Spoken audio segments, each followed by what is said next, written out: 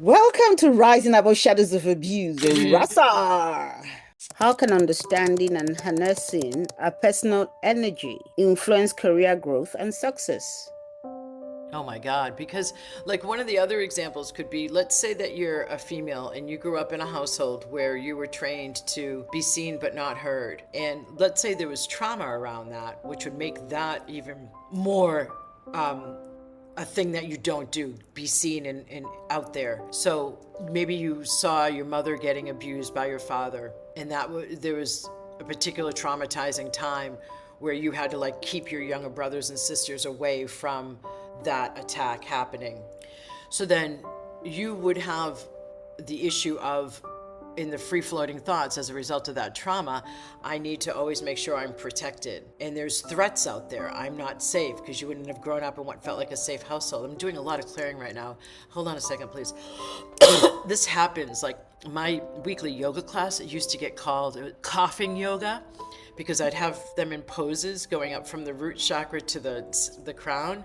And progressively, when we got to the heart chakra, we weren't even at the throat yet. People started coughing because I have a certain vibration and my whole system is geared towards clearing people, raising the vibration. There's clearing that's happening now. So my throat is really, that's why I coughed.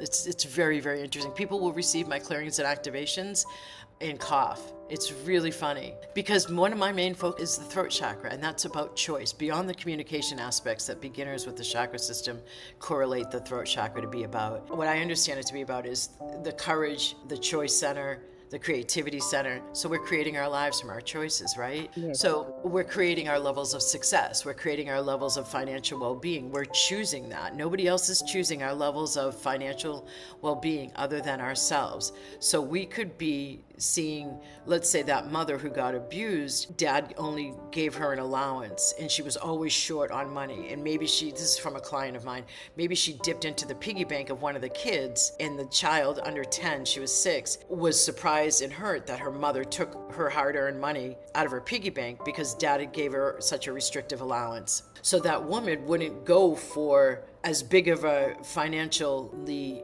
beneficial career because she would have beliefs that there's a limitation to money, money is scarce, or she would overemphasize. One of the other directions that happens is rebelliousness against what we grow up with. And so she would go for her career for the sake of forsaking rather every other aspect of her life and maybe be too intense and too pushy. So the beliefs cause us, the beliefs we do not hear, to make the choices we do and also avoid the choices we avoid.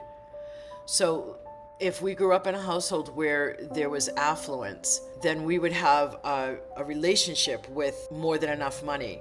So it would be easier, we would be more predisposed with the nature of our wiring of the habitual thought patterns to then make choices that lead to that. So you could also have karma from a past life where I have one other client. There's this other example.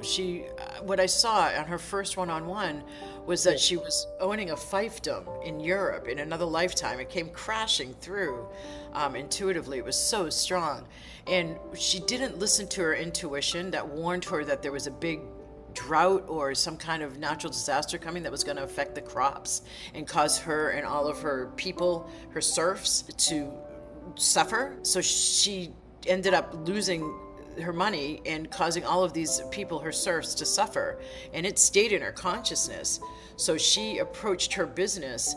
She was working with me to boost her business and have more ease, having more money come in. And she worked at the desk thinking that was the way she felt really responsible, really burdened with the business, the running of the business, and spent a lot of time at that desk and felt really chained to having to make it work. And I could hear the ripple of effects from that past life's trauma when she had been really wealthy and then lost it because she didn't listen to herself and felt responsible for the loss of all her serfs. So there's all these effects on our consciousness that if you're just staying at like the mindset level, you're not getting to, because am I making sense? Yes, although it's a bit complex, but yeah. It is. And so I mean, if you just take away that it's complex, and if you just stay at a superficial level, you're not going to shift into being able to live a more transforming life. You're going to stay much more closer to who you originally began as. So if you let yourself just surrender and go and do deeper level work, then you're going to actually see yourself living much more of a thriving life and making new and different choices.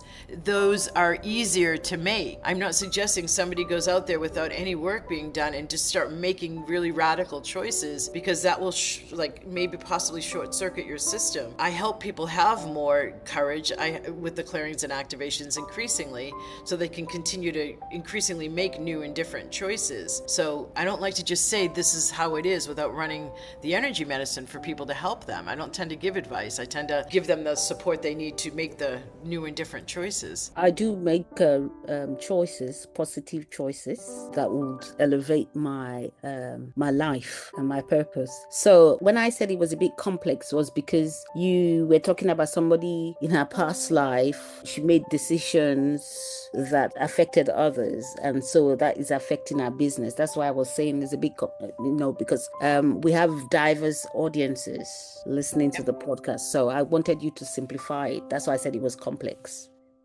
You want me to simplify it. So there are things that have happened in the past, whether it's this lifetime or other lifetimes, that affect what's in your unconsciousness and your subconscious that you are born into a new body with in this lifetime. One of the things I learned when I lived in Asia was that in the Asian cultures, they don't separate one lifetime to another quite the way we do in the West. There's more continuity. And so from that understanding, you have blockages that if you're like hitting a wall with your career or your levels of money, please understand that that's an indicator. Let me say it more simply. If you're saying you want more money or you want more success and you see yourself choosing not that, you're making choices against that or that aren't leading to more money or more success, you have blocks at the unconscious and subconscious level. That's when you need to clear them. If you're saying you want A and your actions are going towards B. Thank you. Nicely put. So how can someone shift from burnout and misalignment into a more energized, purpose-driven career path? Stop the forcing, the pushing, the efforting, the making it happen. Part of the whole subtle energy system, like the heart, has a magnetic quality to it, and there's receptivity. So we're a very yang culture in America, for example. When I lived in Taiwan, it's a very yin culture. We're a very masculine culture in the States, and it's a very feminine culture in Taiwan comparatively.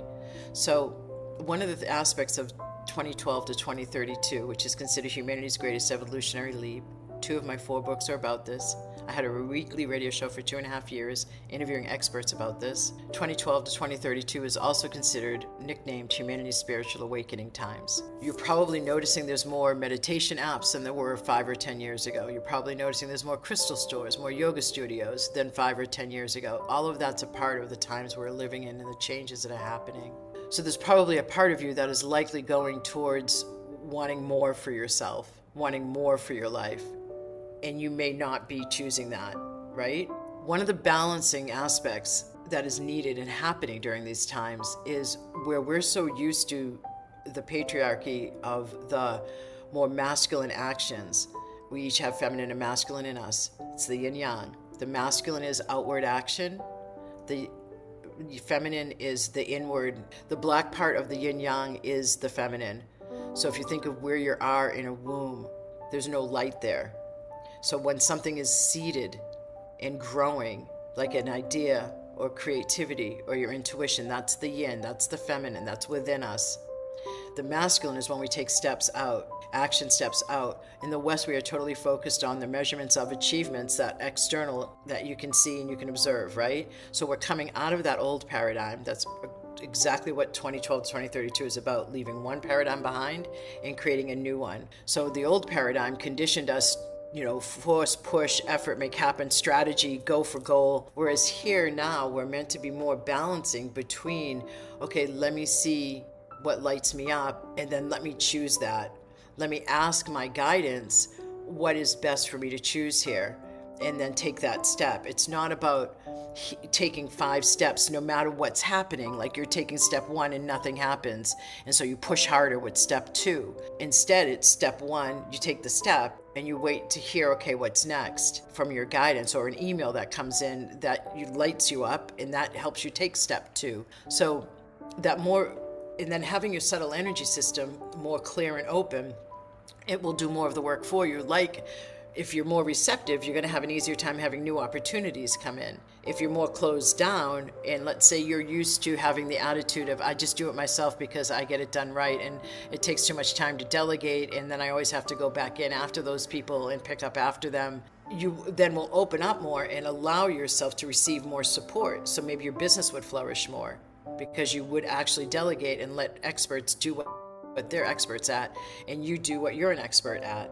So there's these internal shifts that can occur when you're clearing the back of the house consciousness, the old stuff that you don't even know that you believe or think, but you see the results of as what your life is. Once you clear them, you open up more and your subtle energy system gets more online and starts to help you more. So it's not all from your effort, your will, your forcing, your willpower, your discipline, your mind. Or a mind, body, spirit system. We're not just the mind, we're not just the heart, so let's use all tools at our disposal. Okay. Thank you so much. Be safe and be positive. And don't forget to check out our social media handles. Thank you. Bye for now.